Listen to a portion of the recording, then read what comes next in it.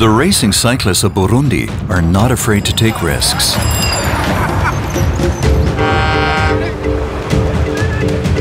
Whoever wants to transport goods in Burundi does so by bike. Distances are short. Burundi is one of the smallest countries in Africa.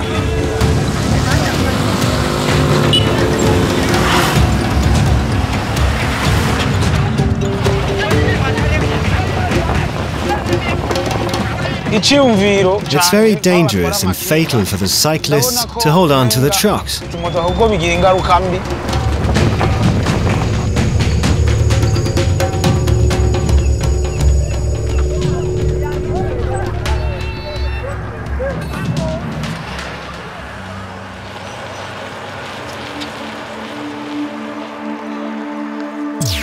Burundi lies in the heart of Africa.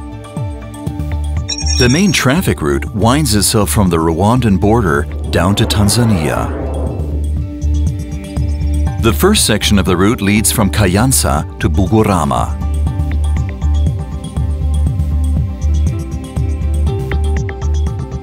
Burundi is poor, even though the land is fertile.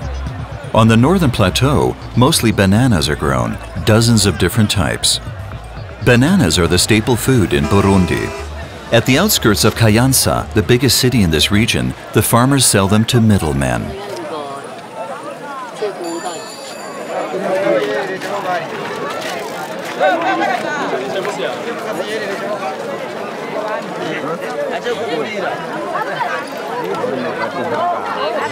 Twice a week, Pamphlet Nazagwe does his bulk buying here. He is a professional beer brewer, a banana beer brewer. Banana beer is Burundi's national drink. Tasien Manirakitsa is responsible for the transport.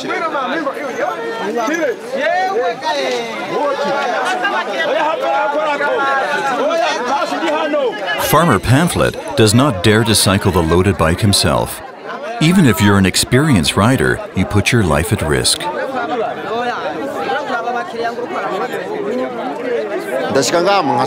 First I ask for the price. Then I buy 3 types, just 3. A sweet type of banana, a flowery one, and one that's less dear. Obviously, the mixture is important. The beer is supposed to be tasty.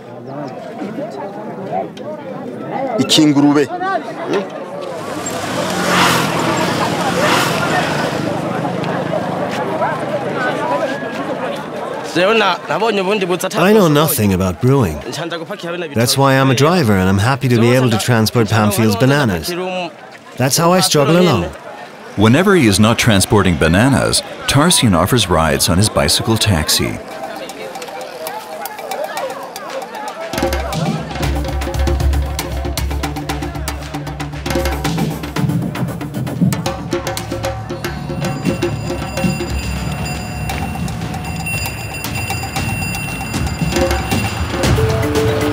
Tarsian has loaded 8 clusters onto his bike. Together, they make up for 160 kilos. He has to transport them 15 kilometers. Luckily, the first part is downhill.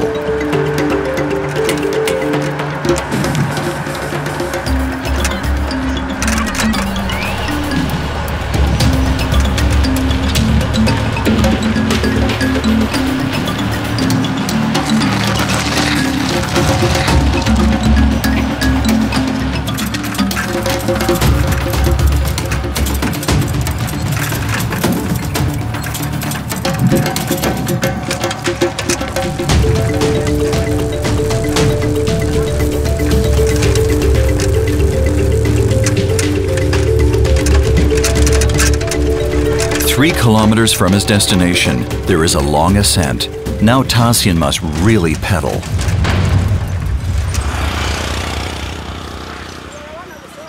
Tarsian is 22 years old. He never went to school. Riding my bike is all I'm good at. I never did anything else. I don't even want to, except if I found less tiring work. I definitely don't want to be carrying anything on top of my head like the women do. It's exhausting to pedal, yes, but carrying things on my head? No way. After 45 minutes, Tarsian reaches his destination, the banana beer brewers' village.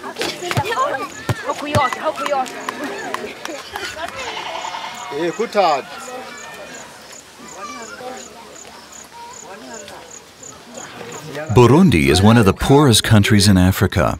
Owning a bike is worth a great deal here. But Tarsian must already support a wife and 2 kids in his early 20s.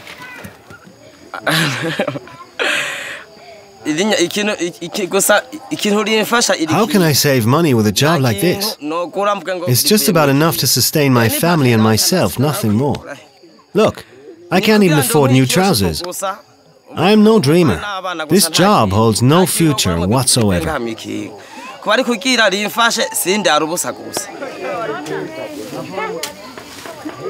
Pamphil has been brewing banana beer, umbubira, on the farm next to his house and is in for 15 years now.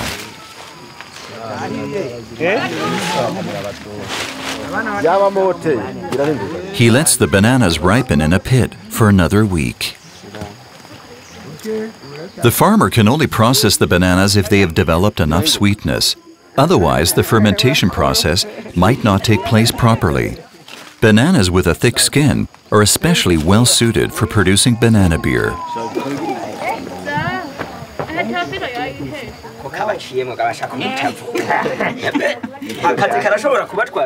His own family and a few workers from the village assist Pamphil with the production.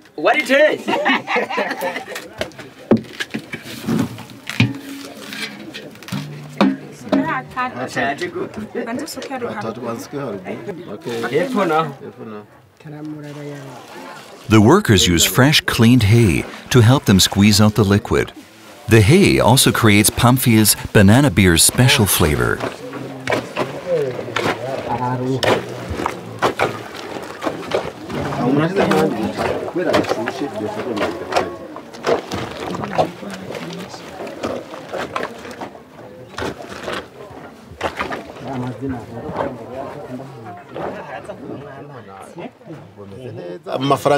My life as a beer brewer is a good one, really. I make good money and I'm able to pay the workers' wages. I will never be rich, of course. I mean, we can't afford to buy new shoes and things like that. But I don't have to go around stealing things. The family has enough to eat, and we can send the kids to school. Nobody tells me what to do, and I don't need to go chasing after my money. I am my own master.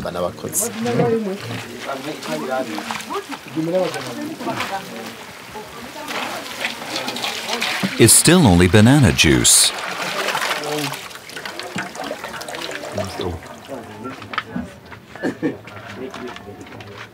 To turn it into beer, the liquid has to be stored for a few days. The brewer's yeast allows for fermentation. It takes 2 days for the beer to be right. 2 bottles of this and everything spins round. But right now it's unfermented. It doesn't make you tipsy. But the beer Pamphil serves in his inn does. He doesn't know the alcohol percentage. He never measured it.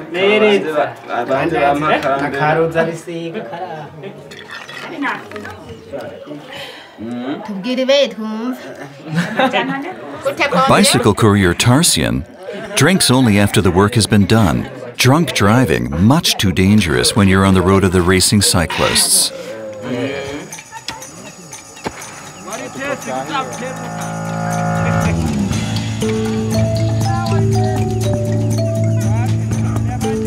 Here in the north, not only bananas are grown, but also coffee, tea, and rice.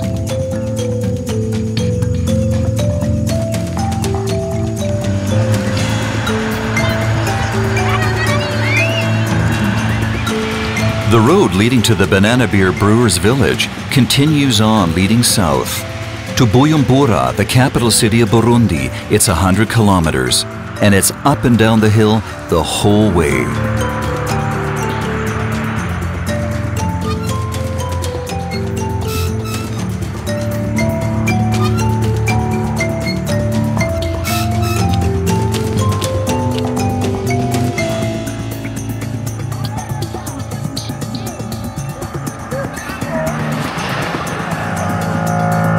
The road serves as a transit route between Rwanda and Tanzania.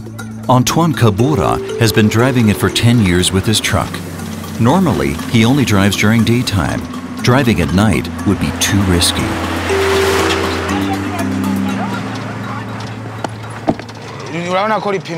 The roads are all right, but much too narrow, sometimes not even 6 meters wide. Oncoming traffic often poses problems. You must always avoid the potholes and these many bends. Luckily, I'm a good driver, but for a main road, it's definitely too narrow. Antoine arrives at Gitega, the second largest city of Burundi, with 45,000 inhabitants.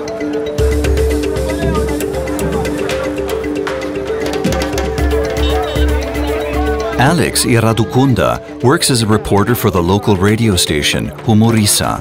Her job is to report on the traffic, which primarily means the situation for the cyclists. Tell me, what are the difficulties? For us cyclists, the trucks are worse. They make life difficult for us.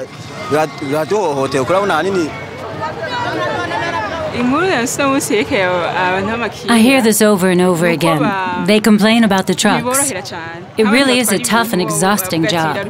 Not to mention the bike thieves. Their numbers are increasing. It's bad when the bike is gone. And don't forget the accidents and injuries.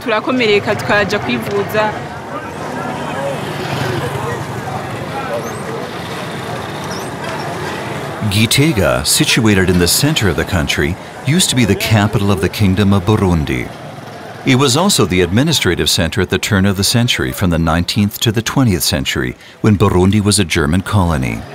Today, the city is an important traffic junction.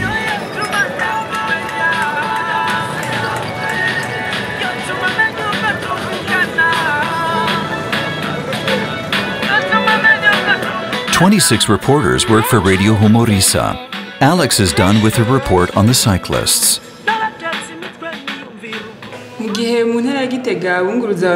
It's difficult for the cyclists here, even those just transporting other people. But for those who transport bulky goods, it's even more difficult. But they have no choice. Their wives and kids need something to eat.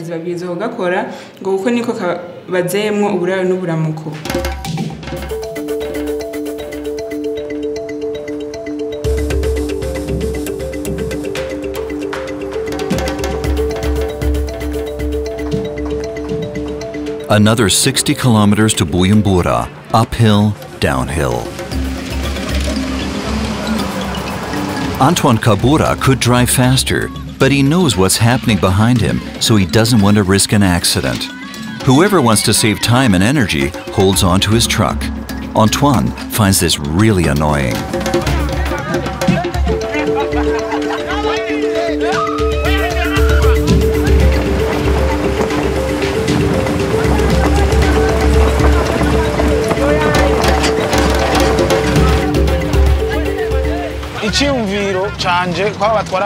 What they are doing poses a lethal hazard, not only for them, but also for us truck drivers.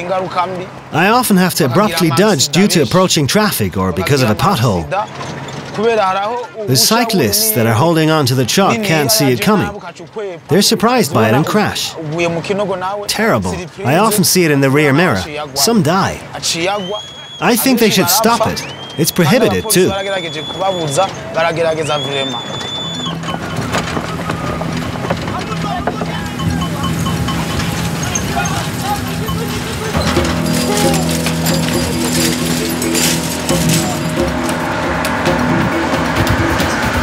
Eric Nitsitunga has been transporting bananas from the north to the capital for 5 years.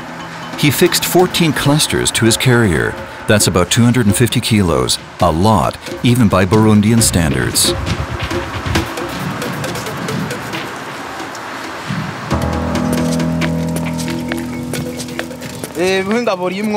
I have to tie the bananas to the carrier in such a way that the center of gravity lies in the middle.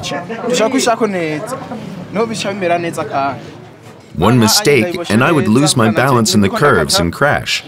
I also have to make sure that the bananas don't get bruised.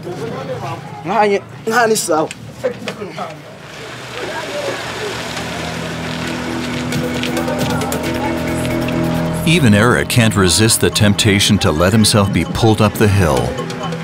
It doesn't always turn out well.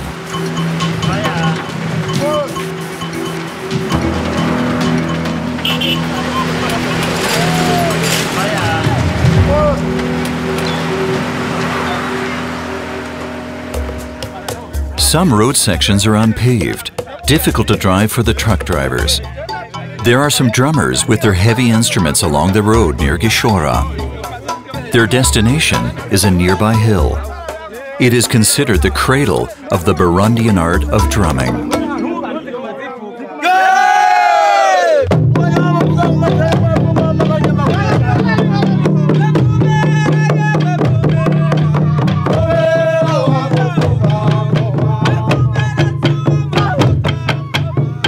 They used to perform before the kings. Today, they play the drums for whoever pays and to preserve peace. Just a few years ago, Burundi saw the end of a long civil war.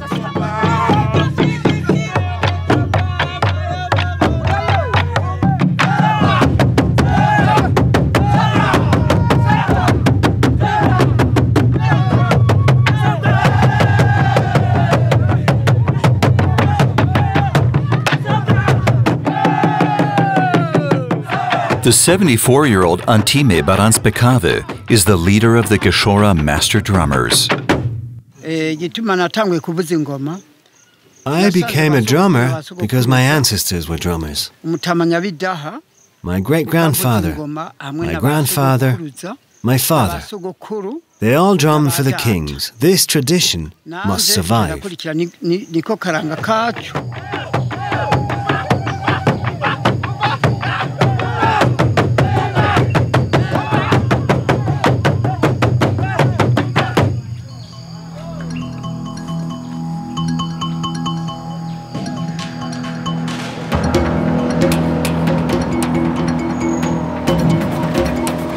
The police have been checking more often on the Burundi highway lately.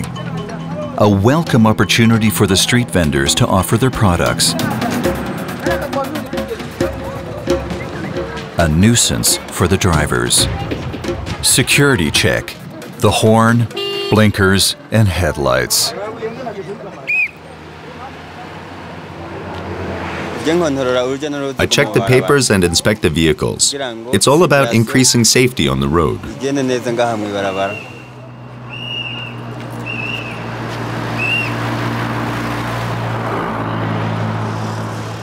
The officers also punish cyclists that hold onto trucks. Whoever gets caught must pay a fine. Eric, the courier, puts up with that.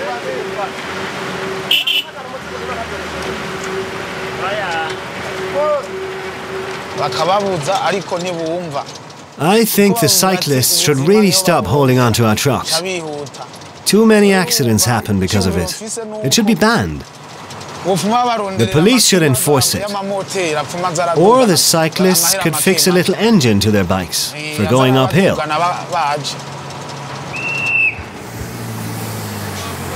Eric heard the policeman's whistle just in time to let go.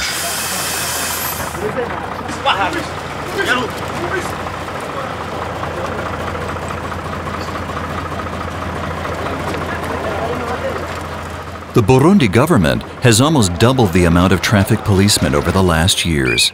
Too many accidents occur on the roads in Burundi, also due to technical defects. But the main problem are the racing cyclists. More action should be taken against these cyclists holding on to trucks. It's simply too dangerous. It is prohibited, but they just won't respect us.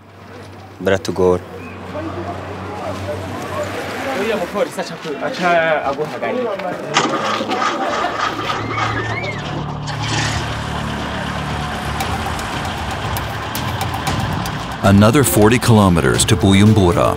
The closer you get to the capital, the busier the narrow road becomes.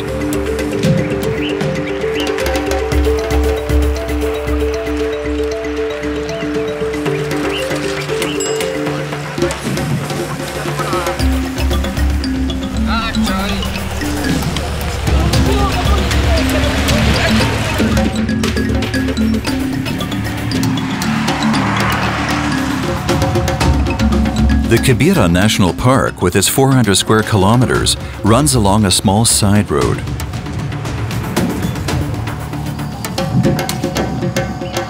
Once the splendid mountain forest used to be the king's holy hunting grounds.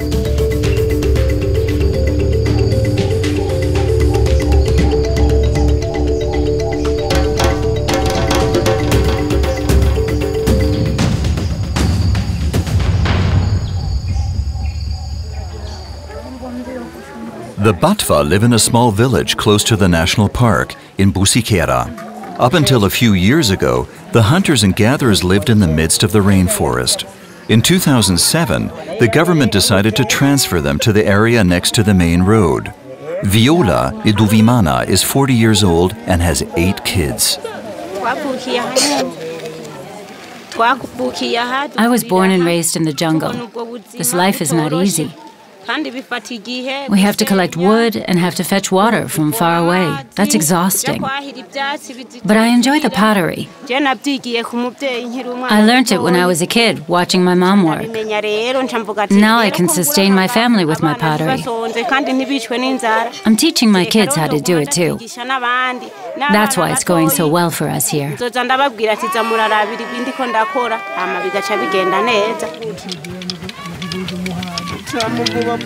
Next door, the men sit together and carve wood. They have lost their traditional hunting grounds since the resettlement. But being so close to the main road opens new opportunities for them and their families. They can now sell their carvings and pottery to travelers.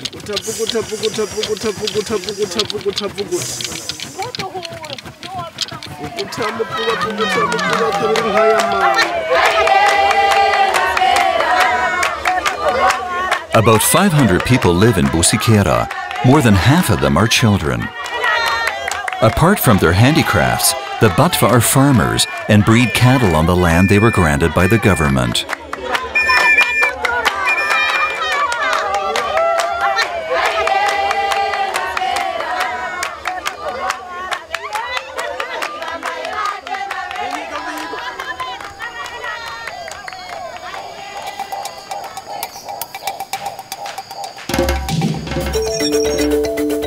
The next stage on the cyclist road leads from Bugorama to the capital city, Bujumbura.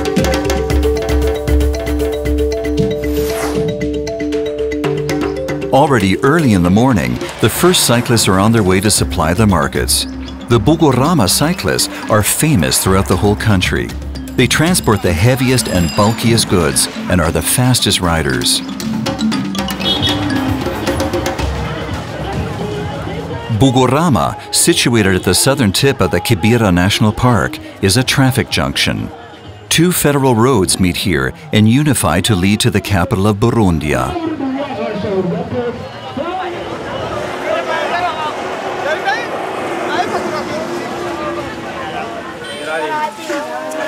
Bicycle courier Eric lives near Bugorama.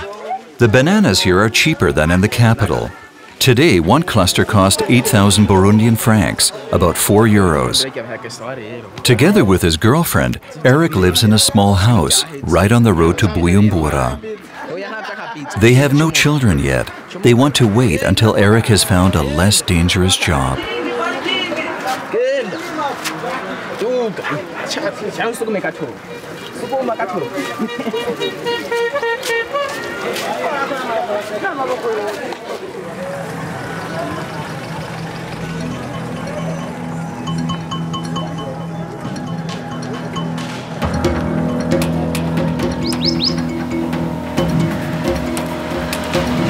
The 200-kilo load literally pushes Eric downhill. He quickly reaches speeds of up to 60 to 70 kilometers an hour. He can't apply the brakes. His tires would burst.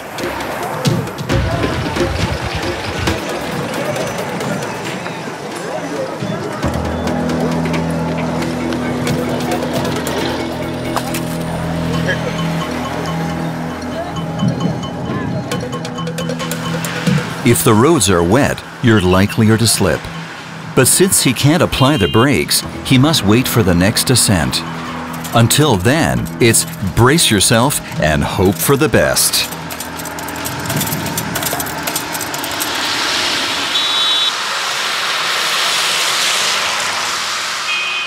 Nobody knows just how many accidents occur and how many cyclists are actually involved.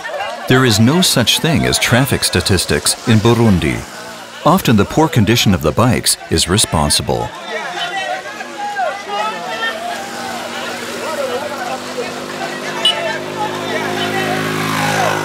The last ascent up to Bujumbura is tough. Without help, no one would manage to move forward.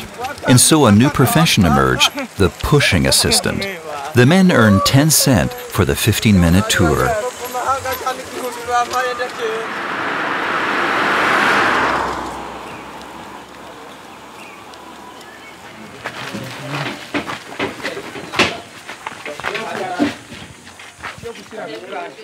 At the end of the long ascent, a little shop offers food and beverages.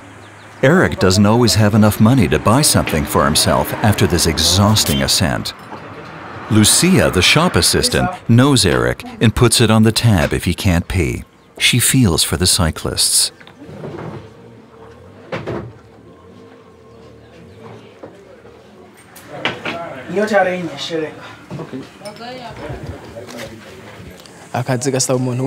This work takes up a lot of energy. You need to be really strong in order to do this. Especially if you have to push the fully loaded bike uphill. Often it weighs more than 200 kilos. So you need lots of energy. That's why I eat mainly carbs, for example corn, and I drink hot milk every day.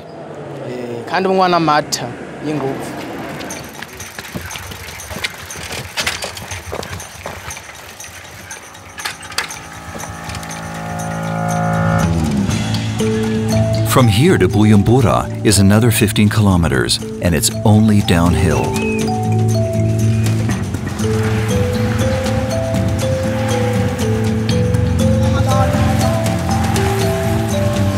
Eric trusts his steering abilities. He doesn't have much choice. He already had quite a few accidents, but up to now, he only suffered some bruises and bone fractures.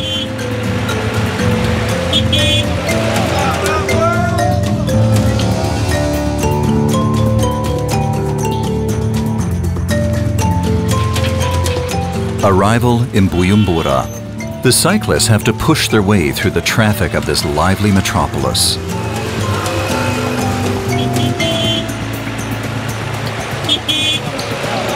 The first shop Eric is delivering to lies at the far end of the city. There are many little shops and restaurants along the capital streets. Most of them can't afford professional advertising. That's why they hire artists like Clovis Milamwi. The 26-year-old makes a living of that.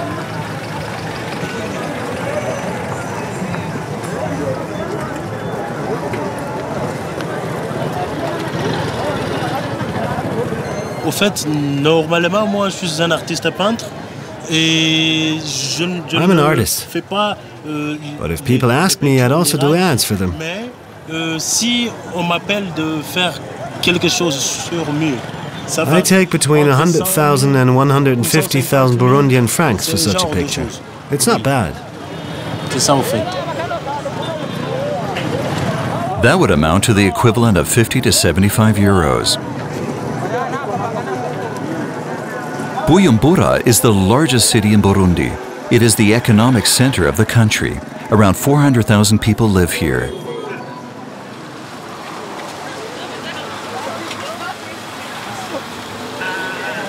It takes a very specific technique to park the bicycle in such a way that it doesn't fall down with the 200-kilo load on it.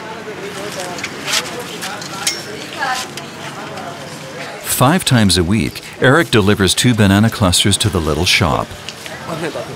For each cluster, he gets 12,000 Burundian francs. That's 6 euros, 2 euro of an income remain.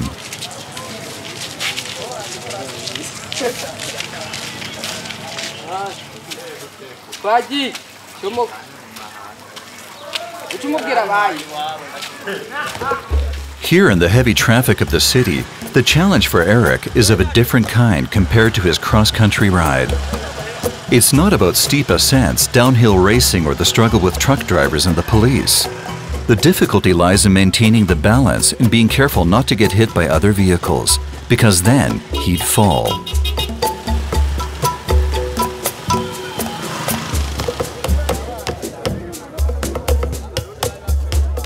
The Sioni market is in the northwest of the capital.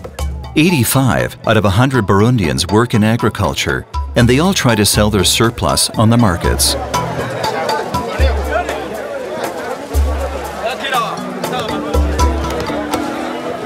Since the main market in the city center burnt down in 2013, the number of traders and customers at the Sioni market has doubled. One of the reasons being the government banning the street trade. Everyone had to turn to the remaining markets.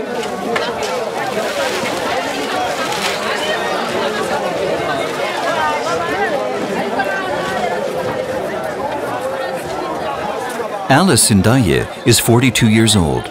She has been working as a market woman for 10 years now. When the main market burnt down, she not only lost both of her stands, but all her goods went up in flames too. She had to start again from scratch.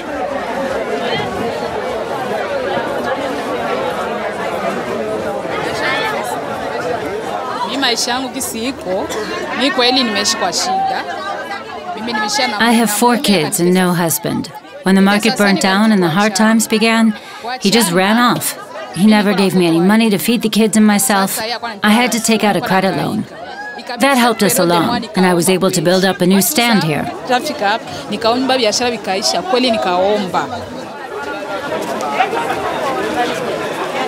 Eric delivers bananas to Alice as well. Today he is running late due to the rain. Normally he would get 15,000 Burundian francs for a cluster of bananas.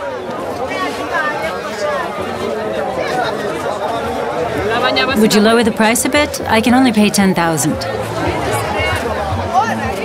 Today, Alice pays Eric €5 per cluster, which makes €1 an hour for Eric to keep.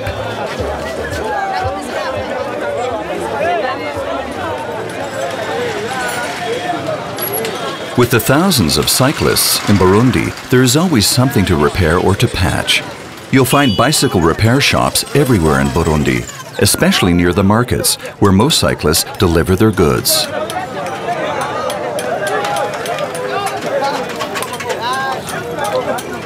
Alexandre Tassis has been the boss here for 5 years. Most bicycles in his shop come from China and break down easily. These bikes are basically like all the others. We have to reinforce the carrier with iron bars. Good tires are important, though.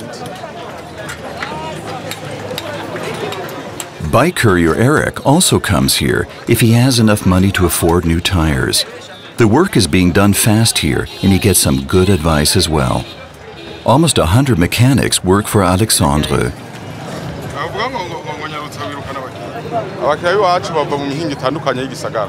Some customers live nearby, but most of them come from far away.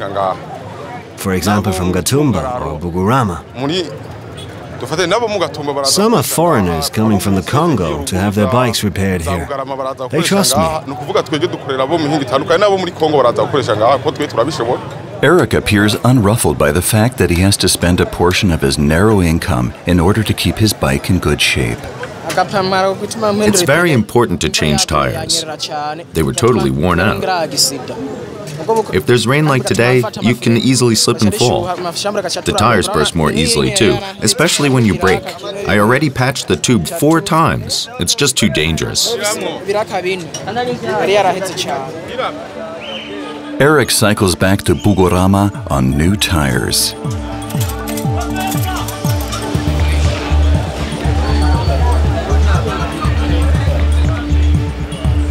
The Burundi racing cyclists have divided up the district. There are those who cycle in from the north and go back in the evening. The others serve the southern route.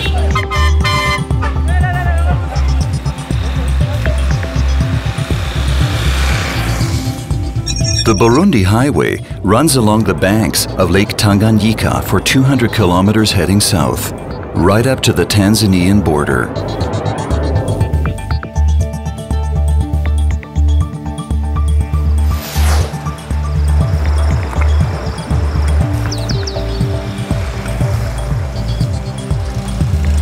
Instead of bananas, people grow lots of oil palms here. They are being transported on bicycles as well. A bunch can weigh up to 50 kilos. The landscape in the south of Burundi is less hilly than in the north, so the bike couriers can travel greater distances, up to 100 kilometers per day.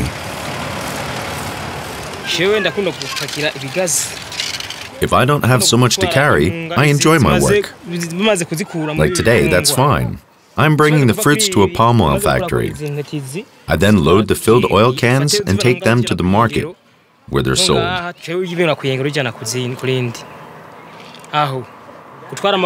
The job is all right, so long as you hold the road well and don't have to worry about crashing in the curves. It's then I enjoy the work.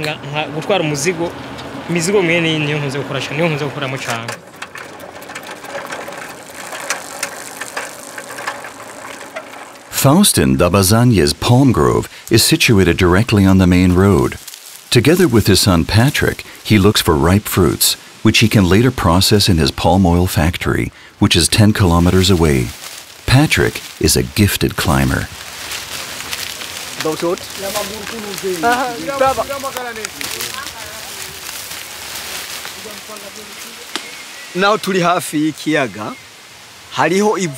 Even though we are next to the lake, the soil is dry and sandy, which is not good for the palms. They don't grow properly and bear little fruit. But we are lucky. Our soil contains many nutrients, in spite of the nearby lake. That's why our palms are so tall and strong, and the oil tastes well too.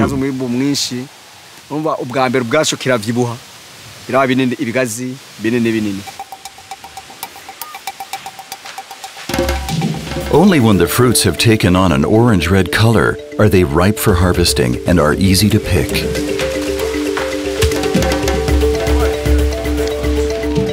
Patrick transports the crop from his father's palm oil grove to the oil factory himself. They have to be kept there for a few days before they can be processed to oil. Patrick much prefers climbing up the trees to carrying the heavy load on his bike.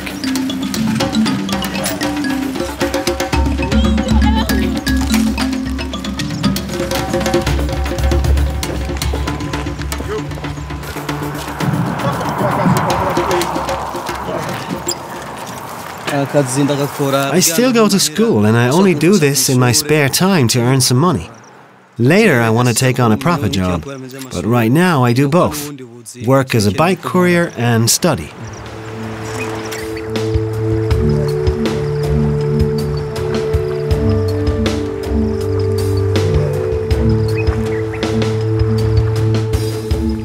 Lake Tanganyika is the second largest lake in Africa.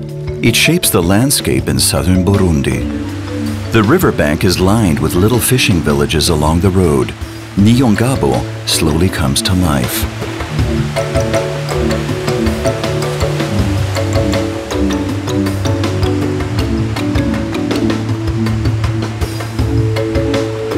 At 6 a.m., the men returned from fishing. They spent the whole night out on the lake. Today, they didn't catch much. The waves were too high.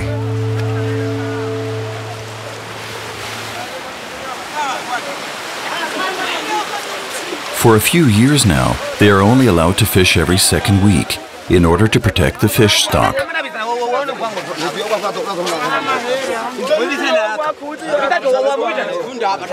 Cesare Salvatore has been a fisherman for 8 years now. I believe the fishing restrictions are a good thing. It gives us fishermen a rest, and we get to spend more time with our families. And the fish can breed in those 7 days. That's a good thing.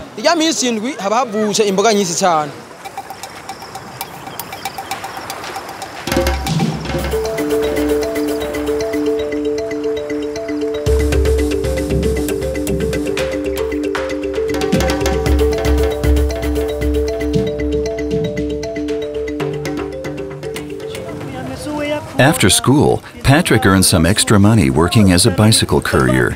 He doesn't have to sustain a family, so he feels less pressure.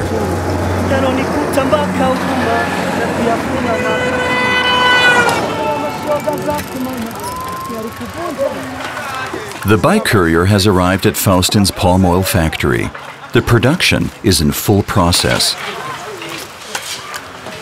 The ripe fruits are loosened from the bunches and are cleaned, first of all.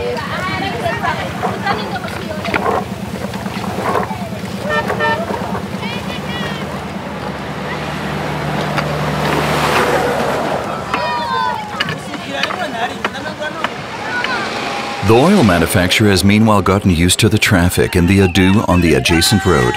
Faustin has been in the palm oil business for 3 years now.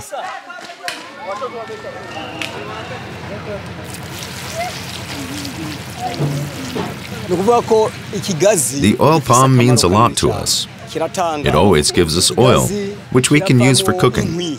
We use the palm fronds as broomsticks. The remaining pips we use to make soap or shampoo. The fibers, also a byproduct, help to light a fire, and oil palm provides everything we humans need.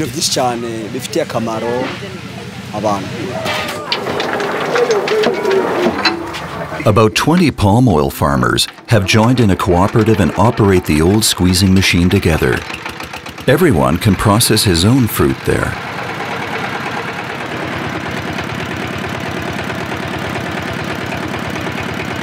Faustin is checking the production flow. The water cools the machine so the oil doesn't go rancid.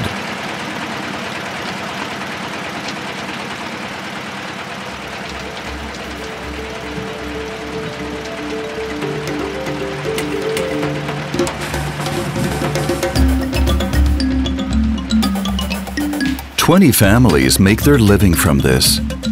Their existence, as well as the economy of the whole country, depends on the timely deliverance of fresh supplies."